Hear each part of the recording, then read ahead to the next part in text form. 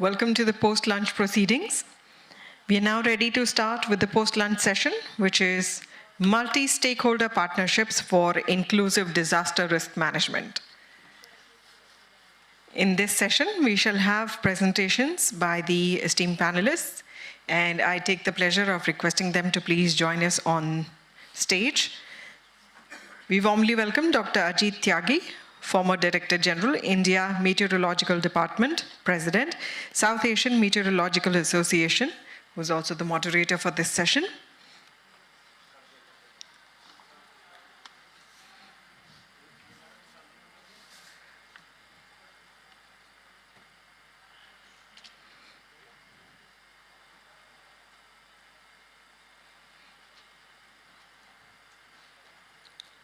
Also joining us for this session, Mr. Rajneesh Ranjan, Executive Director, DDF Consultants. May I request him to please join us on stage?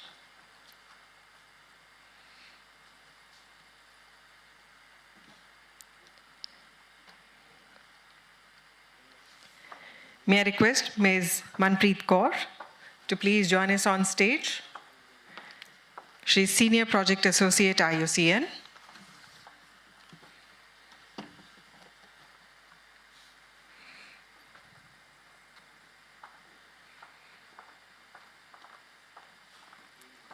Very warm welcome to all of you.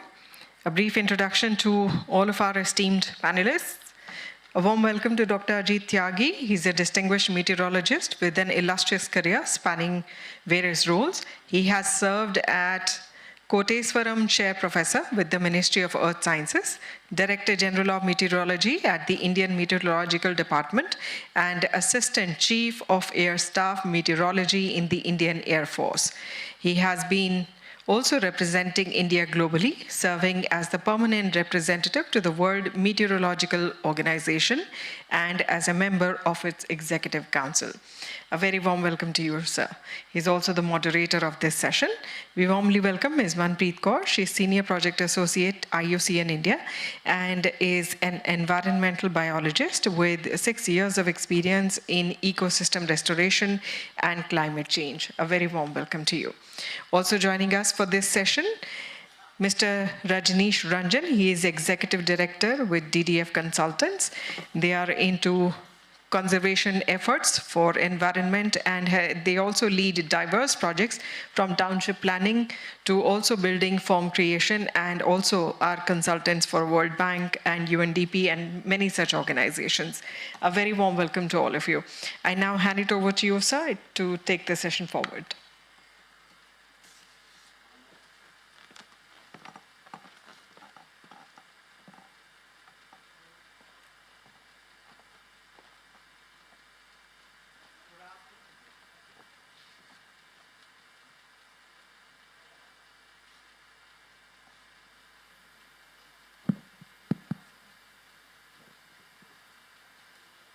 A very good afternoon and welcome to the post-lunch session after a sumptuous lunch.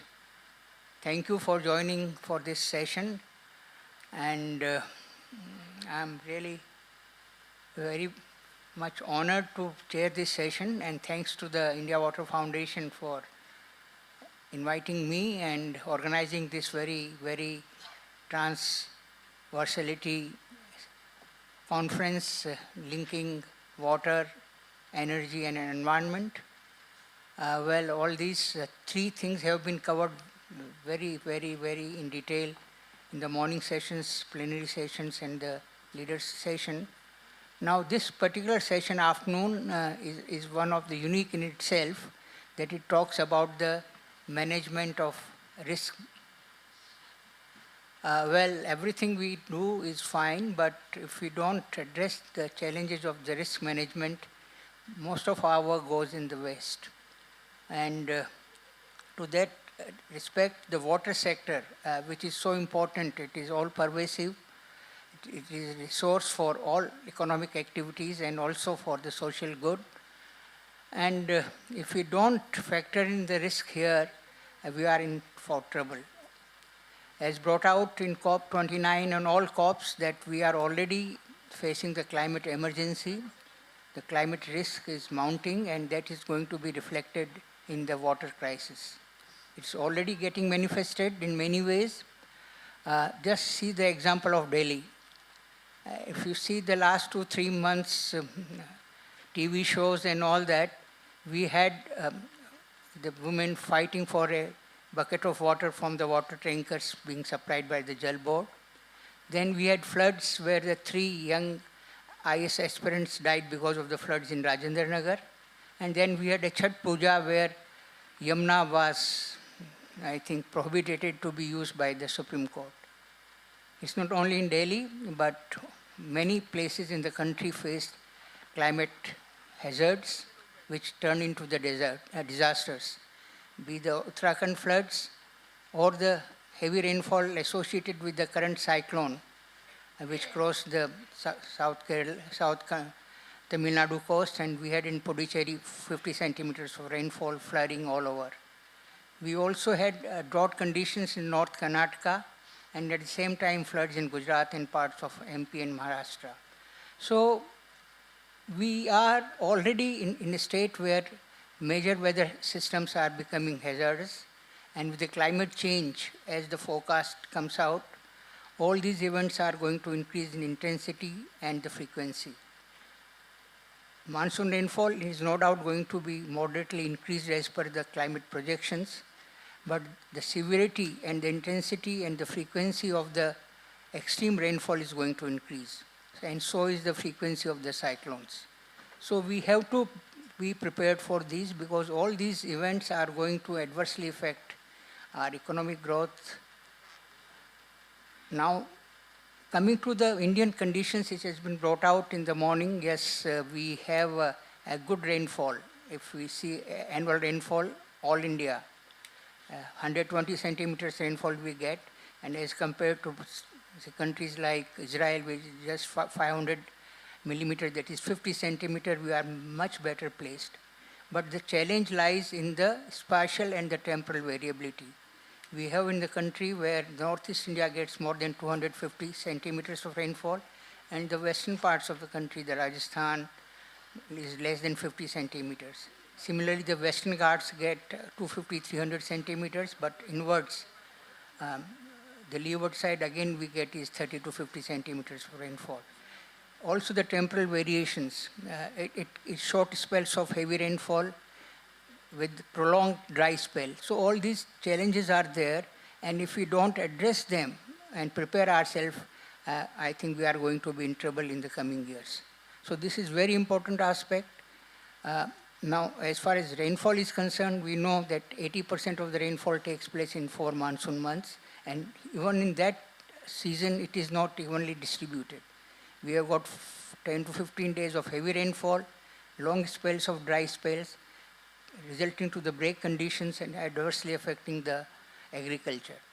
And if these are not being given a good forecast and necessary timely actions are taken, it results into a poor agriculture products. So this is the challenge, that how do we identify these risks? So we have to carry out vulnerability analysis. And with diverse conditions in the country, the vulnerability analysis is not going to be one for all. So it has to be done region specific. What are going to be climatic risks affecting those areas, and accordingly we'll have to come out with solutions. So this is very important. First is the vulnerability analysis. Now this also has to be done. What is the current state? Now, we know what is the current state now. Already we know which are the water stressed areas, and how do we cope up with them. Then in the medium and long term. Now we all know, because of the urbanization and the increase in population, our per capita water usage is coming down from 1500 or so in 2011 to now is less than 1300. So it's going to go down further, and as per the WHO standards, if it is less than 1700, it is water stress, and if it goes down below 1000 liters per capita, it becomes a water risk. So these are the challenges which we have to prepare ourselves, that how do we manage our water resources adequately, efficiently, and get over these problems. And that's why this session is very important. We have two eminent, I think, panelists here. Welcome. We are going to see the stakeholders, how do they going to manage in the coming climatic risk in their sectors. As far as the cyclone prediction is concerned, I'll take it up because one of our key expert panel is not able to join us because of the flight delays and for that reason, but I'll cover up because this is very important to showcase a success story to all of you that yes, if there is a coordinated effort with use of science, technology, and we can come out with solutions which can mitigate the hazardous situations, the risk which is associated with the weather hazards. So this is where I'd like to end with a very optimistic note that no doubt we are facing a climate crisis. It may result into the water crisis, but with proactive actions taken in time, we should be able to overcome that. With these opening remarks, let's get into the part. And since organizers have given us sufficient time, there is no hurry, unlike the morning session where people have to squeeze the very leading experts. They have to confine to the 10 to 15 minutes. We have got enough time, so please take your time. We are also open to the questions because there was no time for questions answer session in the morning part. So if you wish to ask any questions to our experts, please, you are most welcome. Over to you. Okay. Yes. So we are very happy to have a senior guy and the young expert, I would say, because and her varied background from working with the ISRO and the World WWF is really going to be very insightful to share her experience and expertise. Thank you, sir. Very good afternoon to all. My name is Manpreet Kaur, and it's truly an honor to be here with such esteemed panelists, and this in this very interesting session on multi-stakeholder partnership for inclusive disaster risk management.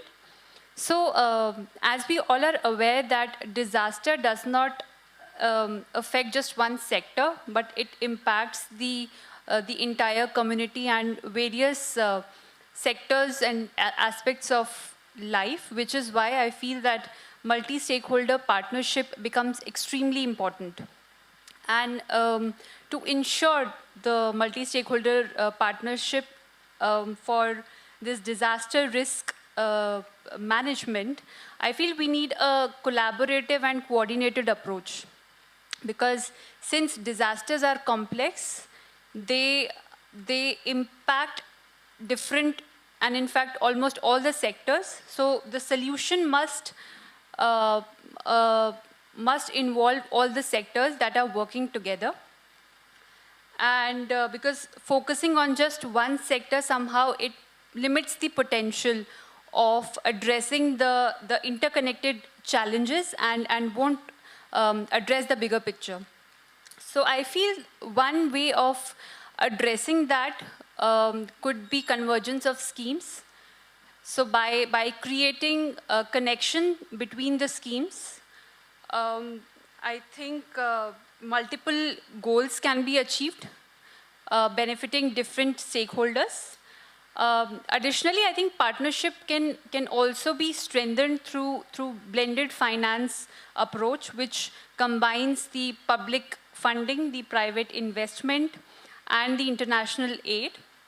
And since we are talking about this multi-stakeholder partnership, I think it is equally important to involve all the relevant stakeholders, starting from the local communities, the government, NGOs, private sectors, in order to capture the diverse perspective and to ensure that the solutions are practical and inclusive. And one such example of this approach would be IUCN's new project called Recap for NDC. So Recap for NDC is the acronym of the name of the project. The name is quite large, which is Restore, Conserve, Protect, Forest and Tree Cover for NDC implementation in India.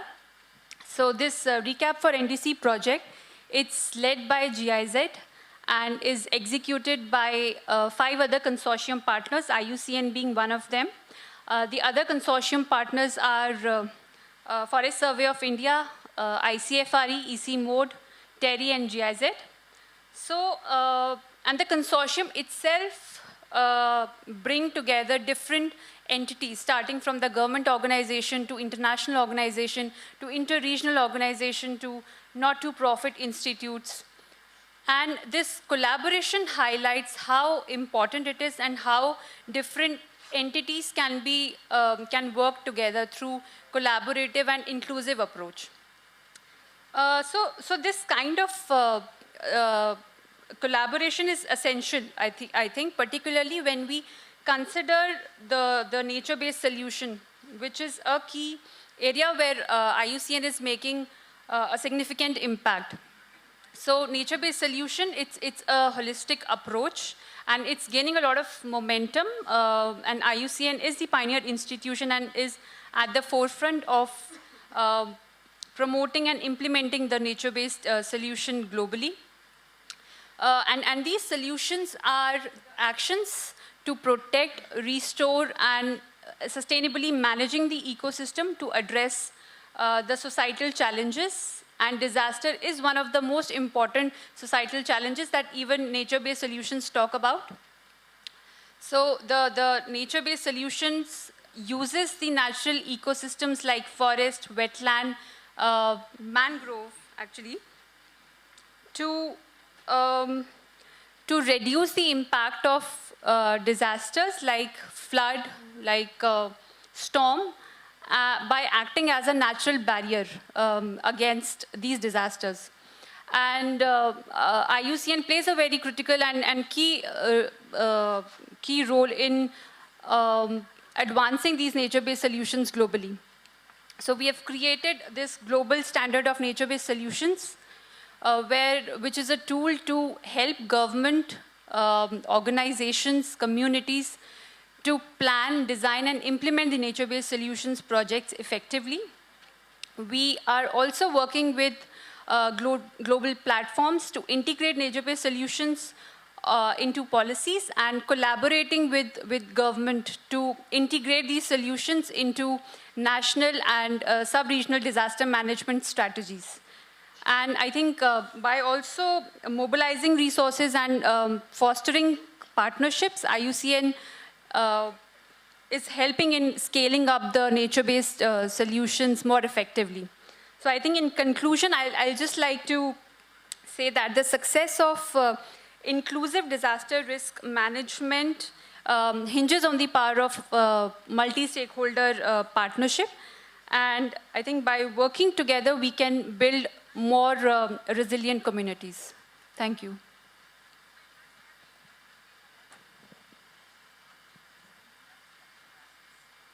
Thank you, Manpreet, for bringing out the importance of collaborative and inclusive approach to the management of risk. And this is based on the nature-based solutions is really approach which should be there, and participation of international consortium will bring in a lot of value, and their customization for Indian conditions will be a challenge, which I am sure the IUCN and other partners, Indian partners like TERI, will be able to address. Now the point which emerges from this is there, that as far as the forest or the wetlands, all these are very important component of a climate system. We see the big climate system, apart from atmosphere, oceans, the land cover, which is the forest used to play a very important role. Deforestation has impacted and is contributing to the climate change. The carbon footprint is changing because of these changes. So this is very important that we focus on the nature-based solutions where we restore our water bodies, our forests, and able to bring in, and also it brings in importance part is the biodiversity and ecosystem management, which is so vital. It's not only that the human beings on this planet have a right to exist, but it is a holistic approach where we have to live with our systems. Biodiversity is very important in that, and so is, I think, is very important part that nature-based solutions are being talked about, and I'm sure that will be a success story with these initiatives. So with that, now I come to the Rajneesh ji for his intervention. Thank you, sir. Dear audience, welcome to the second half of the session. Let me tell about my organization first. It's a DDF consultant, works in the area of design and development, especially in areas of infrastructure development. And they have the natural incorporation of disaster management in all their projects. Disaster risk management, disaster risk reduction, and other components of disaster management. Coming to the point of today's deliberations, I would start with one quote, famous quote by Samuel Taylor Coleridge, that water, water everywhere, but not a single drop to drink. You know, it becomes relevant every time when you see the flood, be it riverine flood, be it urban flooding, everywhere in the country, across the country. And after April, May, June, you can see this phenomena everywhere in the country, right from Assam to Bihar to Gujarat, and everywhere in the Indo-Gangetic plain and to some part of the southern region. And after November, when there is a retreat of monsoon, you can see the same phenomena in the Tamil Nadu, in the Andhra Pradesh. The recent cyclone of Bengal, you might have seen about the impact of Bengal in the Tamil Nadu and the southern part of Andhra Pradesh. So every year this becomes a routine affairs. That's the reason why some of the states become very, very familiar to flood, to urban flood. Bihar, let's take the example of Bihar. Bihar, they are living with flood. They have a inherent capability to live with the flood. There are crops which are resistant to the floods. The more the flood level is increasing, the crops are increasing exponentially, in tune with the flood level. So the same is the same. So this is called the adaptability. I'll come to that point one by one. I have many more points to share with you because on account of my experience with the flood management in NDMA, I have been working in NDMA and other institutions also. So I gained field level experience. So I came to know after my experiences that jahan se maine start kiya tha, at the time when I started my career in disaster management, from prevention, preparedness, mitigation, and now the time has come that we are talking about the disaster resilience. We are now talking about the application of artificial intelligence, machine learning. So this is the paradigm change in the culture of prevention, in the culture of preparedness at the community level. After the announcement of the 15th Finance Commission recommendations in terms of National Disaster Risk Management Fund, that covers National Disaster Mitigation Fund and National Disaster Response Fund. And the same is there in the state level, a State Disaster Mitigation Fund and a State Disaster Response Fund. So states have now energized to make DPR for flood management, for flood mitigation, for non-structural mitigation, for structural mitigation, and for preparedness planning. So I have seen in many of the states that they have proactively came forward to start working in the area of disaster management. And this is a good symbol in the country that now we are going to become self-reliant in terms of disaster management, in terms of disaster risk management, in terms of disaster risk reduction. In the last session, I was listening to Sir from WebCos, जो उन्होंने बताया कि the major problem is about the terminology. Many of the stakeholders at the grassroots level doesn't understand about the terminology. जैसे ground water में what is the water table, between the zone of saturation and zone of aeration. So if you talk to the grassroots people, what is hazard and what is disaster, what is their differences, they will not understand what is the meaning of hazard, What is the meaning of disaster? What is disaster preparedness? You know, people used to talk in the forums about DRM and DRR. But what is the differences between DRM and DRR? Doesn't, you know, many of the percentage of the people, the stakeholders doesn't know about the differences. You know, forget about the community, talk about the media. In media, in many of the media, we see the reporting about the QSEX and QMEX. They always confused about the meaning of QSEX and QMEX in terms of flood flow. You know, cubic feet per second or cubic meter per second, kisko kaise use kare? And that creates a lot of confusion among the community dwellers. The problem lies with the statistical analysis, you know. I have seen the Rashtriya Baad Ayog recommendation. They gave the recommendation about the flood of 40 million hectare in 1980. They gave recommendation. Out of the total geographical area, 40 million hectare is flood prone. That was, you know, estimated long back. Now there is no any systematic estimation about the flood area, flood prone area in the country. So there is a need to have a kind of strong database that may back your study, that may back your planning about the disaster risk management. And here comes the role of partnership opportunity, multi-stakeholder partnership opportunity. So when we involve the community dweller, when we involve the private sector players, when we involve the NGOs, we can have a kind of, you know, synergy among ourselves to create a new innovations, right? Second point I would like to, because the time is adequate, I will be explaining some more thing. So there are spatio-temporal variation of flood occurrences, either in terms of riverine flooding or in terms of urban flooding. आप असम चले जाइए, असम के जो flood के जो ये है characteristics हैं रिवराइन फ्लडिंग के और इंडो गैंजेटिक प्लेन के जो रिवराइन फ्लडिंग के जो नेचर्स एंड कंटेक्स्ट हैं, they are entirely different, you know, and the same is the case in the peninsular India. Or the same thing happens in the case of urban flooding also. So spatio-temporal variation of flood and their management requires a systematic approach. And so is the approach on the policy level also. So we talk about the urban flooding. So jahan urban flooding hota hai, have we taken the stock of the stormwater drainage system? Have we taken about the complete hydrological cycle, where they are disturbed and what are the repercussions of that kind of things? There are heat island impact now we are talking about. You know, after December, there will be a cold wave and then will come the heat wave condition in Delhi NCR.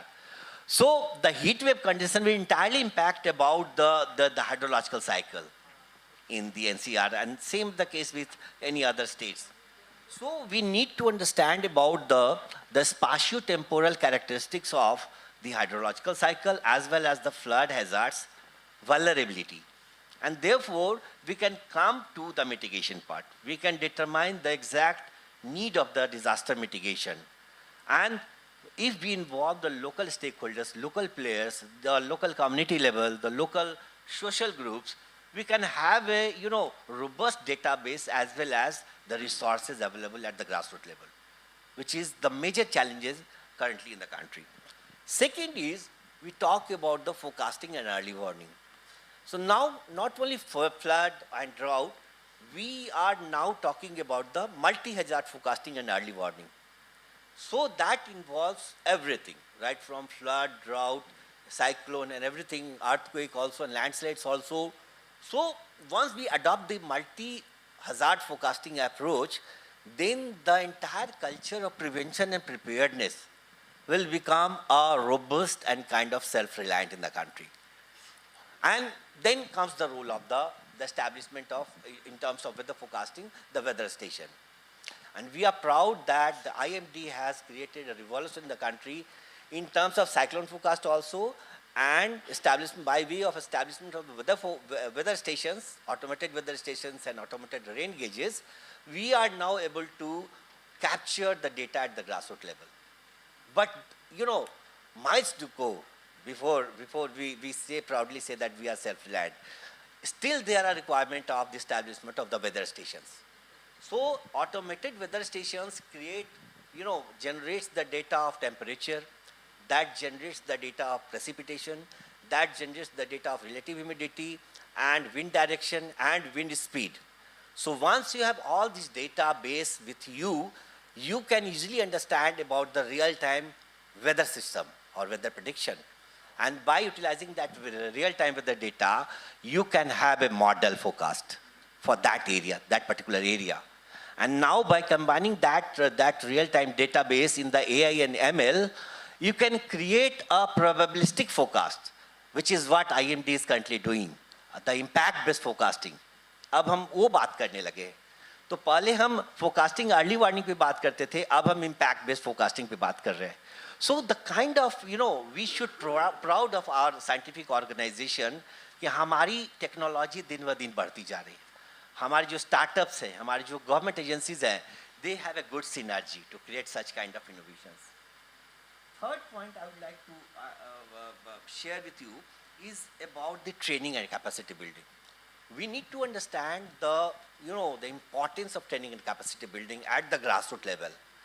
अभी भी grassroots level पे जब हम जाते हैं और जाकर उनसे बात करते हैं, they do not understand about the basic nitty-gritty of the flood management, of the disaster management, disaster preparedness. उन्हें मोटी-मोटी भाषाओं में हमको समझाना पड़ेगा, मोटी-मोटी चीजें बतानी पड़ेगी कि weather station होता क्या है.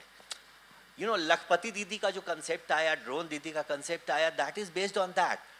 In the same manner, if we train the local villagers how to, interpret the weather station data, how to interpret the, mobile app of IMD to get the lightning, thunderstorm, flood data at your, mobile. So that will create a cultural changes in terms of prevention and mitigation. So these are some of the points, and there are other disaster management approach also in terms of partnership. Recently NDMA has conducted first phase of Apda Mitra program, and that is now extended in the second phase. Apda Mitra is a very proactive state by the government of India to create a cadre of volunteers, disaster volunteers at the grassroots level, to train them about the disasters, disaster management, how to respond at the time of disaster. The same thing we can create at the grassroots level everywhere in terms of scientific interpretation and the forecasting, early warning, dissemination, and like that. So with this word, thank you very much, sir, for you. Thank you, Manpreet ji, and highlighting the advancements in the IMD and which is resulting in improved forecast. I can recall, if many of you know, we don't have a colleague from Odisha who would have highlighted the importance of early warning of the cyclones. If you remember, some of you may be remembering that 1999 cyclone of Odisha, 10,000 people died, and loss to properties and all that was unimaginable. So that was the state. Not only that cyclone, most of the cyclones, people used to die in thousands, not 10,000 to 2,000, 3,000. Essentially because we didn't have basic infrastructure to monitor and techniques to forecast. Thanks to the modernization program of India Met Department, we have, with the help of ISRO and other agencies, real-time monitoring from the satellites. We have got now coastal weather radars, which picks up to 500 kilometers radars, the location of the cyclones, and also inland, AWS ARGs, which gives us a clue about the landfall. Now all these developments have resulted, along with the science of numerical weather prediction which has come, which is not a subjective science, but a very objective and mathematics-based science to forecast the weather phenomena. So that all combined part with the provisioning of the supercomputer to the India Met Department, which helped us to run these advanced models. So we are now, see, earlier we used to provide just 24 hours forecast, maximum 48-hour forecast, where disaster prepared agencies couldn't do much apart from the last minute actions.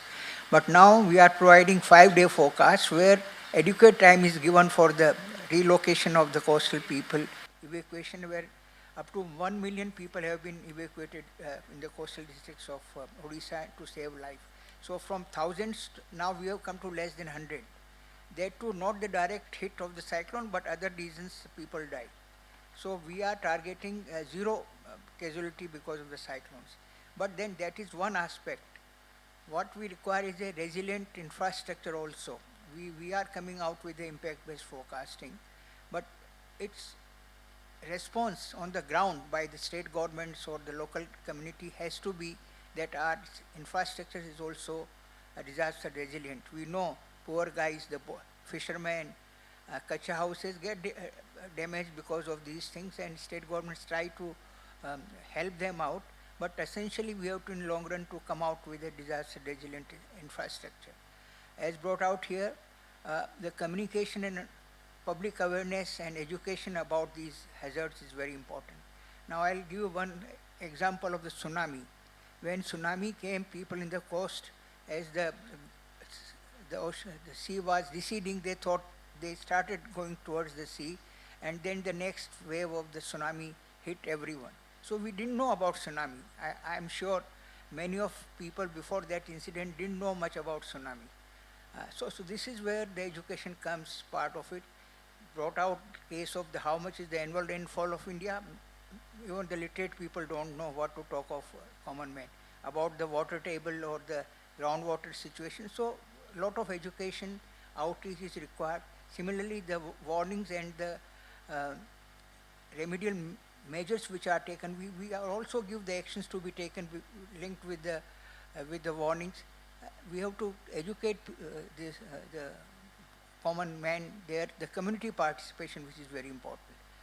Bangladesh has set a very good example of such community participation, and so are some of the states which are coming.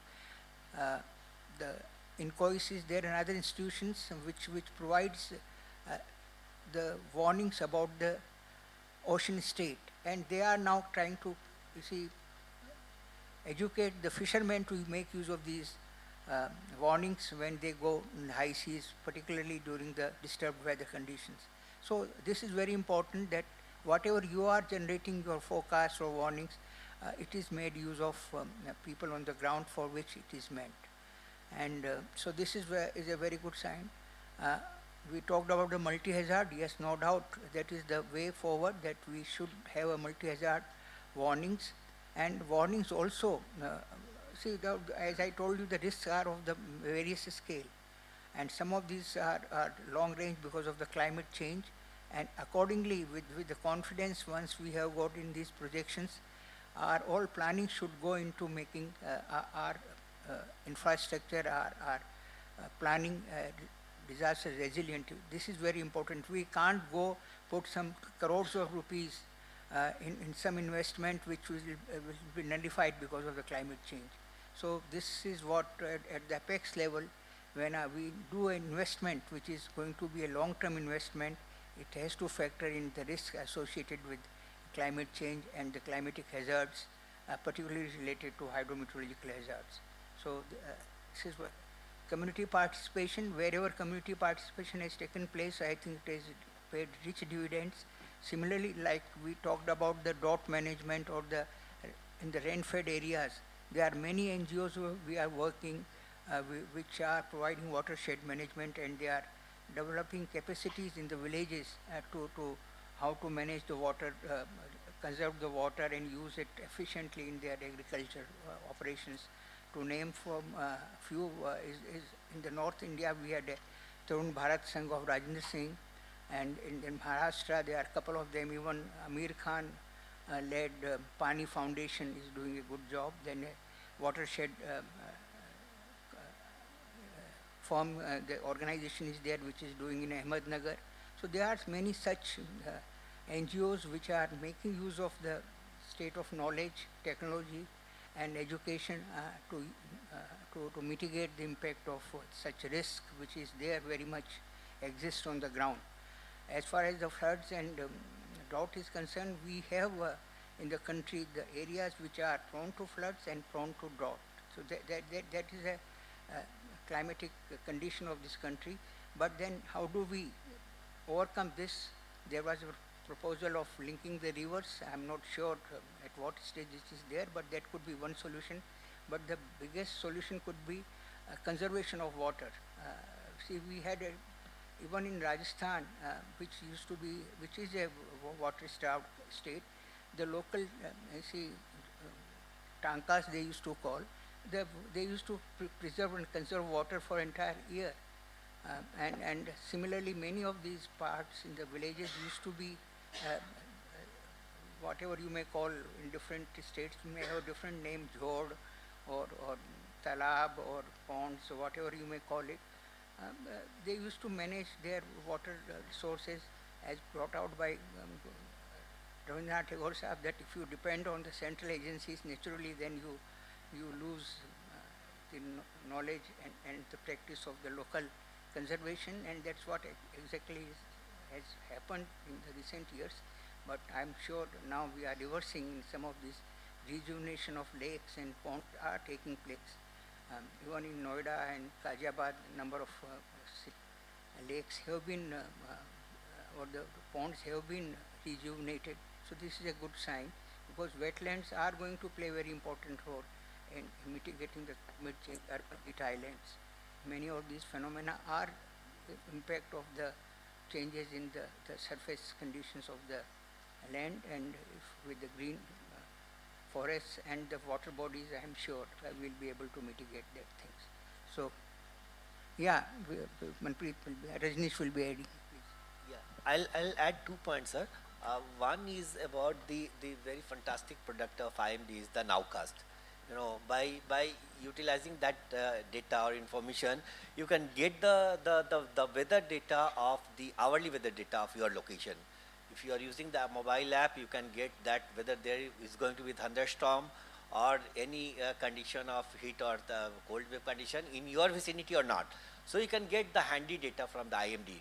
So there are multiple kind of data products available in the IMD website or the mobile app of the IMD that you can personally take help of while planning your either your travel or your holidays or like that. So this I wanted to share with you. And second is about the rejuvenation of water bodies, as sir has said, which is the major problem of urban flooding in the country. The water bodies have been encroached everywhere in the country. जहाँ भी देखी जिनको water bodies दिखी उन्होंने drive हुआ कि बस उस पे अपना घर बना लिया, encroach कर लिया, local community centers बना लिए, without considering the vulnerability of that area. Without considering what will be the repercussion of that at the time of flooding. Because during flood, that creates a retention basin for the community, for the area. And that is the major reason of, sustained flooding in many of the area in the countries, like in Bihar plain. In 2017, there was a flood in Bihar. That was sustained for a longer period of time. The committee was there to understand about the real-time situation. Then they found that the water bodies have been vanished, in that area. The area of, flood channel is completely blocked. And of course, there are natural phenomena also of siltation that has, filled up the entire river channel. But when you talk about the specific condition of Bihar in the lower Gangetic basin, that behaves like a reservoir, wherein there are so many inputs, but the output is only one, that is Farakka barrage. So what happens if there are multiple rainfall in the multiple catchment area, and all the discharge are going in the lower Ganga basin, and they are what has happened for the past 10-20 years is that due to siltation, the natural gradient towards Farakka has decreased. So earlier the gradient of angle of inclination was like that, but due to the siltation, that has become like this. So water, instead of going to the Farakka barrage, naturally, some part of the water during the peak inundation period goes in the catchment area, in the flood prone area or in the chor area. So that is happening everywhere in the country. So we need to have a systematic study for that. Thank you, sir. Thank you for this input. Yes, the water bodies are very important, and that not only for flood management but also rejuvenating our groundwater, because the recharge of that happens. Most of now the runoff takes place because everything has been concretized in the cities, in urban areas, and the water is not going percolating down to the ground, and recharge is not taking place to the degree which we would like to have. So these water bodies do play a very important role, and we all should try to promote this and support the rejuvenation efforts of the many volunteer bodies which are also taking up this. So with these, I think, valuable inputs from my colleagues, let me tell you again that we are in the stage, I will not call it as a climate crisis or water crisis, but already we are facing the challenges in many parts of the country. I didn't talk about the polluted water, which is cause of ill health, and many other effects which is because of the water issues is being faced by the country. The poor people are the worst affected. The women who have to fetch water from many kilometers is because of I think it's a distortion in the usage of water. That is, people using car washing to the lawn, watering the lawns and flushing heavily, and then there are no water available to the poor people in the city. So this is where all the issues which we need to address, also along with the societal aspect, the scientific aspect and the societal aspect of the usage of water, because all these are going to contribute otherwise to social unrest and many other problems. So thank you so much, and now House is open. We have official some few minutes available, so if you would like to ask any questions to our esteemed panelists, we will be too happy to respond.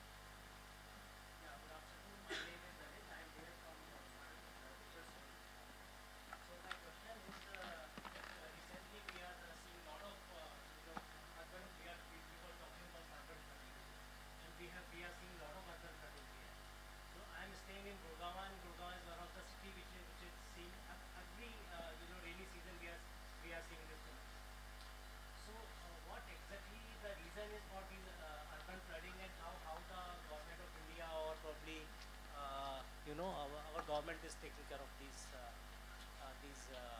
issues. Can you throw some idea on this, sir? See, the urban flooding is manifestation of poor urban infrastructure, urban planning, and nexus of the builders with our administration. So absolutely, and so unfortunate that Millennium City, which is next to capital, is why it Gurgaon, even Bangalore you take. So all these cities, because of the high premium price of the real estate, nobody has bothered to do it. Now, see, see the rainfall. Cherrapunji has so much of heavy rainfall, there are no floods there. But here, few centimeters of rainfall gives rise to flood. So it's not the rainfall is culprit. It is our management of the urban infrastructure, which is our own fault. And similarly, development taking place in the floodplains in the cities creates problem. Development takes place on the hill slopes, leads to the landslides and many other. So these are the, I think, sorry state of our urban planning and implementation. This is my estimate. So, sir, is it that the haphazard construction, especially what we are we are constructing underground railways and all this thing, they have disturbed all the our aqua channels and all the aquifer? Yeah, मैं बताना चाहूँगा कि आपने जैसे नब्ज पे हाथ रख दिया सीधा सीधा. Right. You know, this is the crux of the problem of today's deliberations of multi-stakeholder partnership. You know, many of the consultant groups and the service providers, including government agencies also, are advocating the importance of assessment. What we call is the flood hazard assessment before going for the construction, before going for the planning of a large infrastructure projects. This is the general practice everywhere. So, the country understand about the importance of seismic assessment, and therefore in the projects they used to incorporate the seismic hazard analysis. But the flood has not taken the forefront seat. Because, I have personally witnessed that whenever I go to some of the agency and then say that, okay, before planning to your factory or before planning to your establishment, please carry out the flood assessment study for that area. Because when you talk about the flood assessment, you consult the topo sheet, you consult the previous history of disaster in that area, you consult the satellite imagery, and based on the entire interpretation of the data, you advise to your client or to your agency or to the stakeholder whether you should construct the flood the structure in that flood prone area or not, or even if there is a necessity of constructing that structure in that particular area, whether you are considering the construction of stormwater drainage channel adequately or not, whether there is a position of water percolating and going in the drainage channel in a very inclined manner or not, natural inclination is there or not. So these all are the things that needs to be taken care systematically. But it's as sir has said, this is a sorry affairs. Even if we tell that, okay, in that particular area of Gurgaon there's going to be a heavy rainfall in the coming 24 or 48 hours, you cannot do anything because your storm water drainage channel is not adequate to compensate the adequate amount of water, the excess amount of water in that channel. Then what to do? You have to live with that area, you will have to live with that disaster. So there's a need to understand about the necessity of conducting scientific study. Before that will hardly involve some amount of revenue, but if you are investing 2 rupees or 10 rupees in that prevention mitigation, you are saving 100 rupees in the response. So this is the importance of disaster risk management. Thank you. Yeah, okay. Thank you for cooperating with us and making this session productive and very happy to have your questions. It's very important that participation of all of you, not only in the conference, but going back to your workplace and promoting disaster risk reduction and management is very vital. So please carry this message. Thank you so much. Thank you, sir, for a session well conducted, and thank you, esteemed panelists.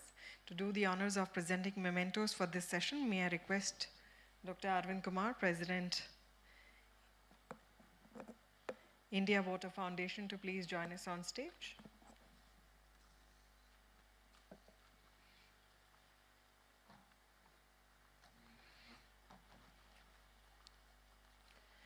We thank Dr. Ajit Tyagi.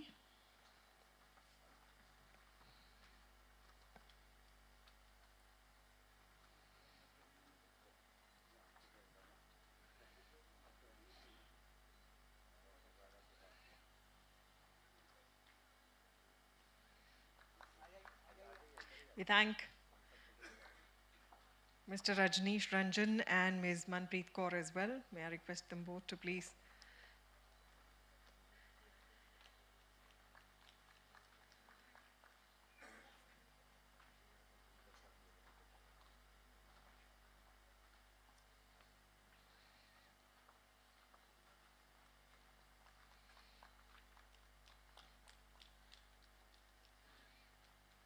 Thank you, Dr. Kumar, for doing us the honors.